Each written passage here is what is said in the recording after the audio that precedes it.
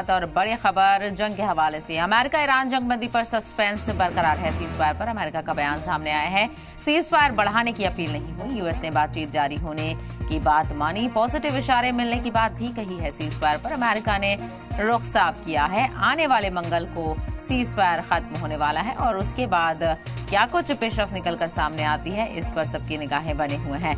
तो बताते चलें आपको, पॉजिटिव इशारे मिलने की बात भी कही गई है और बात बनती हुई नजर यहाँ पर आ रही है। और क्या इसमें पूरी तरह से अमल हो पाएगा, ये देखना बेहद अहम है। तो बातचीत के दूसरे दौर की जो पेशकश थी वो कर दी गई थी। तो अमेरिका ईरान जंगबंदी पर सस्पेंस बना हुआ है। सीज फायर पर अमेरिका का बयान सामने आया है। सीज फायर बढ़ाने की अपील नहीं हुई है, ये कहा जा रहा है। यूएस ने बातचीत जारी होने की बात मानी है कि बातचीत जारी है और बातचीत को लेकर पेशकश की जा रही है। पॉजिटिव इशारे मिलने की बात भी कही। सीज फायर पर अमेरिका ने रुख साफ किया है।